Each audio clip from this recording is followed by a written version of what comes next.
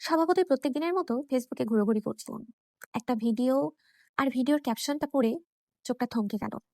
লেখাটি লিখেছেন চট্টগ্রাম ইউনিভার্সিটির এক ভাইয়া, ইকরাম আহমেদ সিজল। বাংলাদেশের অন্যতম একটা ডার্ক সাইডকে জানেন? এদেশের ছেলেমেয়েরা সচরাচর নিজেদের বাবা মাকে অন্য কারো বাবা মার সাথে তুলনা করে না, চিন্তাও করে না। নিজের অভিভাবকের উপার্জন যেমনই হোক না কেন, সেটা অন্যের অভিভাবকের উপার্জন স্কেলের সাথে কখনোই তুলনা করে না।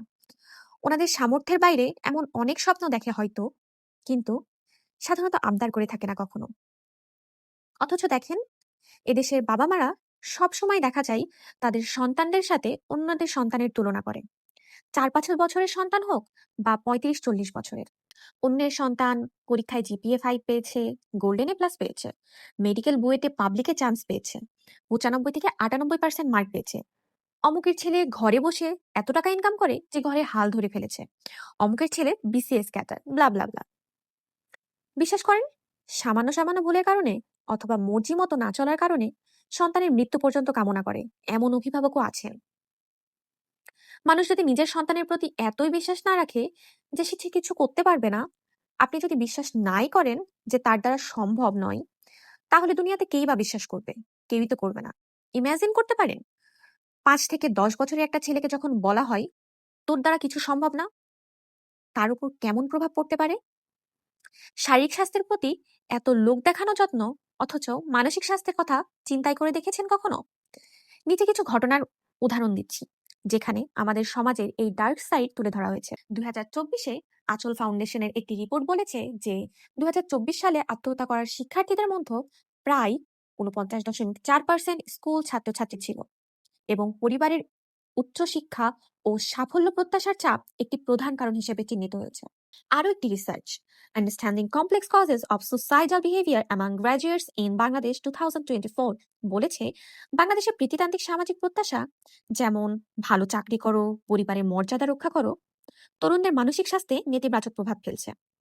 সিরাজগঞ্জ জেলার একটি study, proportion of mental health problems in adolescents in Bangladesh, October 2019 থেকে সেপ্টেম্বর 2020 পর্যন্ত 13 থেকে 19 বছর বয়সী 129 জন কিশোর কিশোরীদের মধ্যে ডিপ্রেশন, অ্যাংজাইটি, স্ট্রেস অর্থাৎ DAS-21 মডেল প্রয়োগ করে দেখা গেছে 42.6% কিশোর কিশোরীদের মধ্যে বিষণ্ণতা ছিল, উদ্বেগ ছিল 55.8%, স্ট্রেস ছিল 44.2%। এই গবেষণায় পারিবারিক সম্পর্ক অর্থাৎ প্যারেন্ট চাইল্ড রিলেশনশিপ মানসিক সমস্যার সঙ্গে সিগনিফিক্যান্টলি রিলেটেড। অর্থাৎ সন্তান ও পিতামাতা সম্পর্কের বৈশিষ্ট্য যেমন অত্যাধিক নিয়ন্ত্রণ, তুলনা, শ্রদ্ধাহীন ব্যবহার বিপজ্জনক হতে পারে।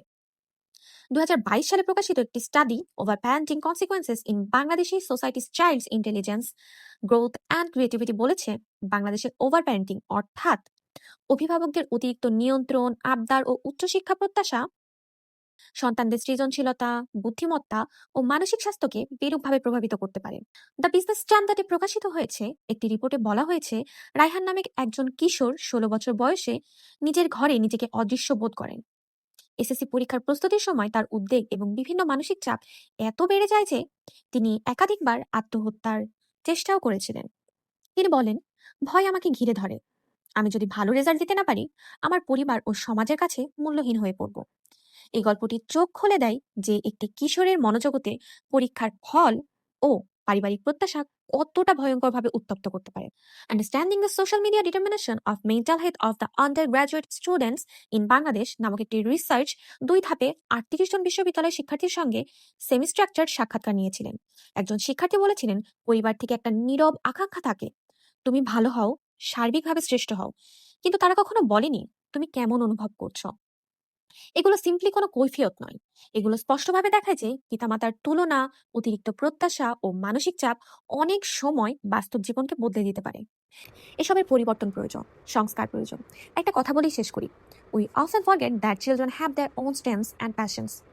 Instead of nurturing their uniqueness, we push them to fit a mold that may not suit them, treating success like a rigid formula. The greatest injustice on this earth is not giving a child a life of peace,